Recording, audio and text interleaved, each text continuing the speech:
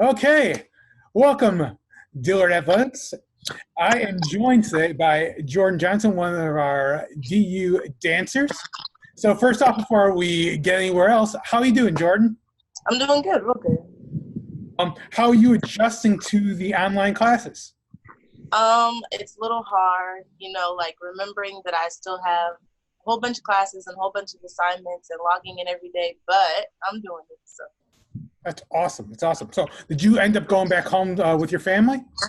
I actually live here now. I was born here, but me and my family relocated to Dallas after Hurricane Katrina. Okay. And the summer after I came to Dillard for school, the rest of my family moved back home. Okay. Okay. I see. I see. So how's obviously you're keeping in touch with them even if they're not with you. So how are they doing? They're good. Everybody's really good. Still, going to work, trying to figure out how to cope with their boredom, but they're fine. Awesome. Okay. We're going to get into now. You had really an exciting announcement this week. So tell me a little bit about your announcement, about the scholarship fund that you started. So basically, I started a scholarship this year. I got together with a bunch of Diamond alums, and I basically figured out a way to give back to my team because I know that as dancers and cheerleaders as well, we don't get scholarships for being athletes as well as students.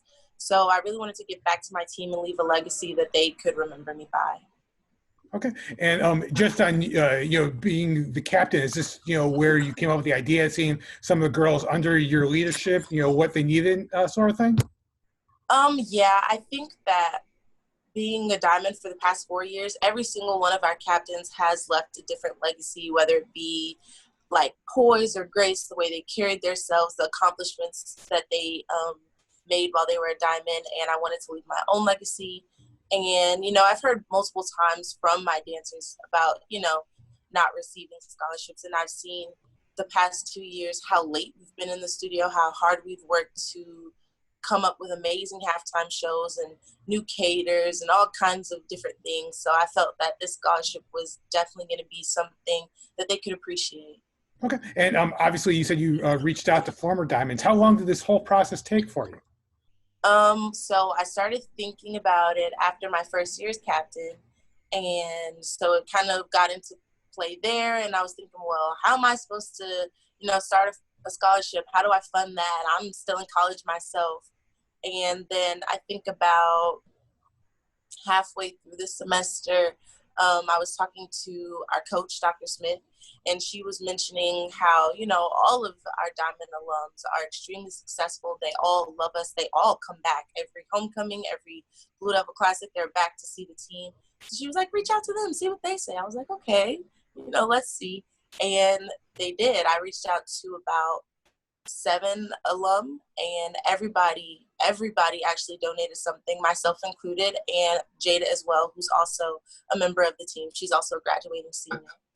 And you mentioned you reached out to 7. What if some additional Diamonds, if they've heard about this program, would like to contribute? Can they find a way to contribute? Or Of course they can. I've been trying to reach out more to more Diamond alums because obviously I don't know all of them, yes. but I've been trying to reach out more and post more on like social medias about how to get in touch with me for it because it's really new. So I'm still trying to get it under the wraps, but I would definitely love more and more people to donate. That way, hopefully next year I can expand it and maybe give 2 scholarships instead of 1. Okay. And the best way to reach, to get a hold of you is through, through Facebook. Is it Twitter? Is it direct messaging? What would be the best way to get a hold of you if they had an interest in contributing? I actually am on Facebook and Twitter and Instagram, but also I'm over the Diamond pages of our Instagram and our Twitter.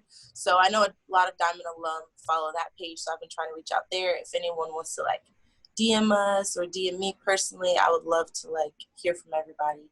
And also if anyone has any ideas of, how to expand it or make it better, I think that'd be great also.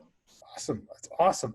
So explain to me kind of how the scholarship's going to work. It's going to go to a senior. How is the senior going to be chosen yearly?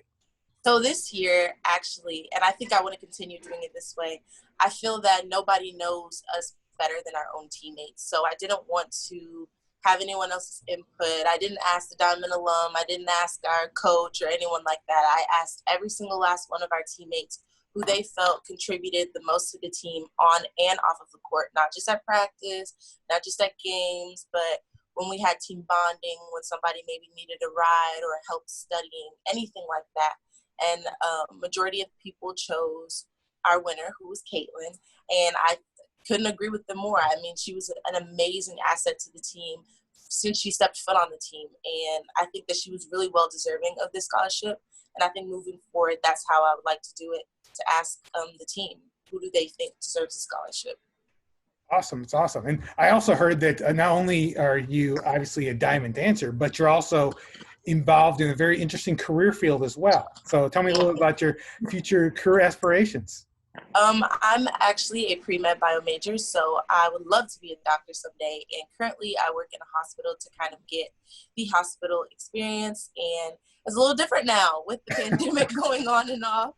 So it's a little different, it's a little scary, but I'm doing what I can, taking the necessary precautions and making sure to be careful, washing my hands, making sure I don't like go in my house and touch a bunch of stuff before I take a shower.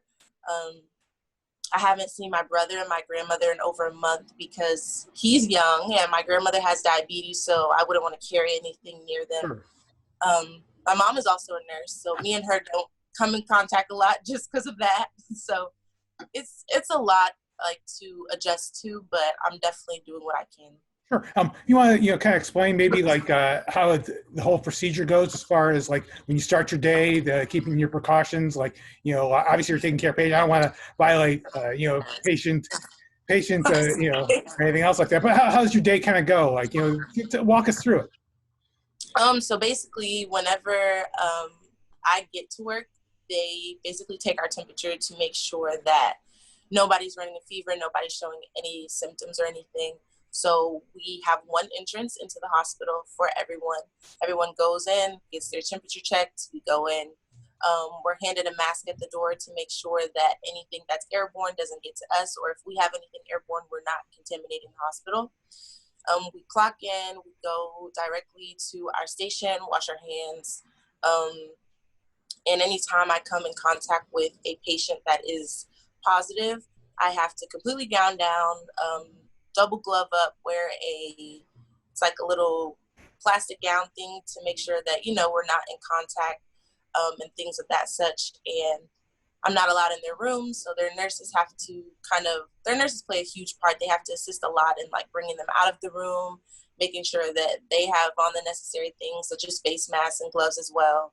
And whenever I come in contact with patients who are not symptomatic, it's kind of the same thing, just to make sure that I'm not cross-contaminating, because I do deal with both COVID positive patients and non-COVID patients.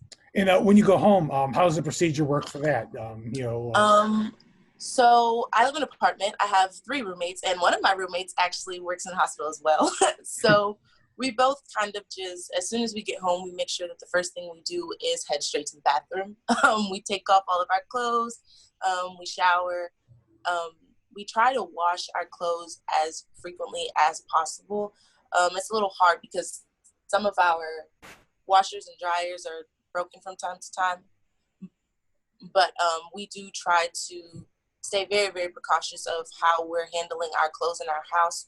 And we do a lot of cleaning as well. So we have a lot of Lysol, a lot of Clorox, a lot of bleach. We also always make sure we're wiping things down where we came from.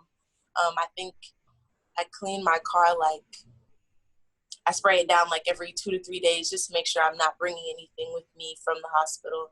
It's a lot that's different, but it's necessary.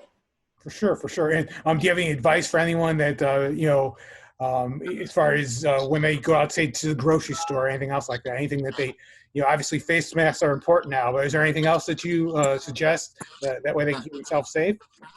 Of course, I think people just really need to stay up to date with the news. The news is, giving everybody the truth and necessary precautions, but I also think people need to understand that, gloves, gloves can cause cross-contamination. So because you wear gloves going into the grocery store, as soon as you leave, they need to come off. You can't wear gloves the whole entire day, because that really helps cross-contamination. Any germs that you touch, anything you come in contact with those gloves carries throughout the entire day. So I would say Be precautious of gloves because they are helpful, but they can also be a nuisance.